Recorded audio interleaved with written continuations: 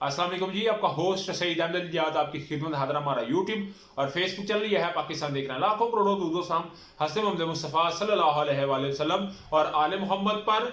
इब्तिदा में बता दूं कि बड़ी एक अहम जो न्यूज़ है वो ये है कि आप जानते हैं ममनुआ फंडिंग केस में FIA का ये केस था और इमरान खान साहब को जमानत मिली हुई थी।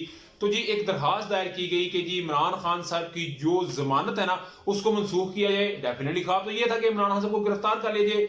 तो 2 रुकनी जो बेंच था इस्लामाबाद हाईकोर्ट का वो इसकी समाअत कर रहा था। तो आज जी समझे ममनुआ फंडिंग केस खत्म हो गया, बिल्कुल सीरियसली खत्म हो गया। उसकी मैं वजह बताता हूँ। 2 रुकनी बेंच जो समाअत कर रहा था जिसमें जस्टिस मोहसिन अख्तर कियानी साहब और जस्टिस तारक महमूद जहांगीरी साहब जो हैं वो इस मामले को सुन रहे थे। जो उसका तफसीली फैसला आया है, सबसे पहले उन्होंने दरखास्त को ही खारिज कर दिया है और उसमें उन्होंने कहा है कि एक भी सबूत ऐसा नहीं कि जिससे पता चल सके कि ये ममनुआ फंडिंग है और ममनुआ फंडिंग को कोई जुर्म साबित किया जा सके। स्टेट बैंक ने कहा है कि तमाम जो ट्रांजैक्शन हुई है पार्टी को चलाने के लिए बिल्कुल ठीक हुई है, उसमें कोई बोगस ट्रांजैक्शन नहीं हुई। और जो एक FIR तारक शफी और इमरान खान साहब के ऊपर दर्ज की गई है, तमाम इल्जामात का तल्लुक इमरान खान से ना ही है और ना ही को बैंकिंग डॉक्यूमेंट्स में कोई ऐसे दस्तखत हैं कि जिनकी बुनियाद के ऊपर इमरान खान साहब का हम आपको ऑर्डर दें कि आप उनको गिरफ्तार कर लें। यानी कि नजर आ रहा है कि इमरान खान साहब को एक बड़ा रिलीफ मिला है। जो ये ख्वाब सजाए बैठे के थे कि इमरान खान साहब को गिरफ्तार करवा लें इसी, क्योंकि ममनुआ फंडिंग में जितना इन्होंने पापड़ बेले हैं और जो पापड़ का साइज इतना था उसको बड़ा करके इतना किया, जानबूझ के किया कि किसी जरूरत इमरान खान हमारे हत्थे चढ़ जाए। इमरान खान साहब की बेगम की असैसिनेशन की करैक्टर असैसिनेशन अटेम्प्ट किया, ऑडियो वीडियो पगिंग, और इमरान खान साहब इतना इन्होंने खौफ क्रिएट कर दिया हुआ है।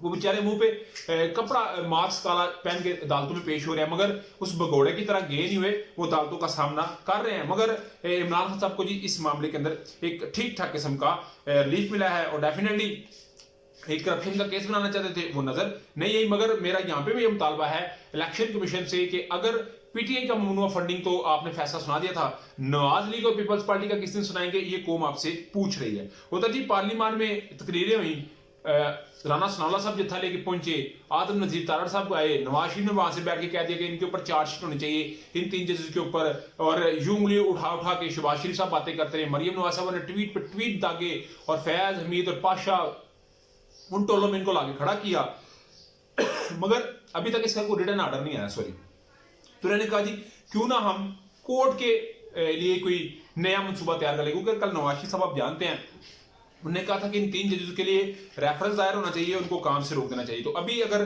जैसे अब मेरा 20 लाख सुन रहा है तो इत्तेहादियों के अहम इजलास तलब कर लिया गया है और उस इत्तेहादियों के अहम इजलास में मौलाना फजल रहमान और पीपल्स पार्टी को डेफिनेटली मनवाना है और फिर रेफरेंस लाना है। क्योंकि कल आज फरियाल तालपुर ने, मैंने आपको बताया 204 कैंडिडेटों से मुलाकात करनी है और उनको आइंदा का लाहेअमल देना है और इलेक्शन में भरपूर तरीके से शमूलियत इख्तियार करनी है। मगर मुझे नजर आ रहा है कि इस वक्त नून लीग को यहां से भी कोई सरप्राइज मिल सकता है। मगर अभी इजलास है तो डेफिनेटली कोई ना कोई बात तो होगी, मगर एक फैसला फिर भी इमरान खान साहब के खिलाफ ही आएगा, ये तो नजर आ रहा है। उधर जी अरफान कादर साहब किसी तारफ के मुताज नहीं, मशीर है वज़ीर आज़म पाकिस्तान शहबाज शरीफ साहब के, और इनकी ज़बान, इनका लहजा और जिस तरह का तलक है और जिस तरह जिसके ऊपर ये मिलान करने की उनको कोशिश करते हैं, एक उनके साथ बातें करते हैं, किसी से ढकी छुपी नहीं है। उन्होंने जो बयान किया है मेरा ख्याल है ये बयान किसी सूरत भी अरफान कादर साहब का नहीं है, ये बयान डेफिनेटली इलेक्शन कमीशन का। वो कहते हैं किसी का बाप भी इलेक्शन नहीं करवा सकता। ये कौन कह रहा है? अरफान कादर साहब। सीनियर कानूनदान है, बात करते बंदे को थोड़ा लिहाज करना चाहिए। कहते हैं किसी का बाप भी इलेक्शन नहीं करवा सकता, जो कुछ मर्जी कर ले, 14 मई को इंतखाबात नहीं होंगे। सवाल ही पैदा नहीं होता कि 3 रुकनी बेंच के हुक्म पर इलेक्शन करवाया जाए 14 मई को। हम किसी सूरत इसका जो है वो इलेक्शन के हक में नहीं, और ना ही इलेक्शन कमीशन पाबंद है, फैसला आइन के खिलाफ है।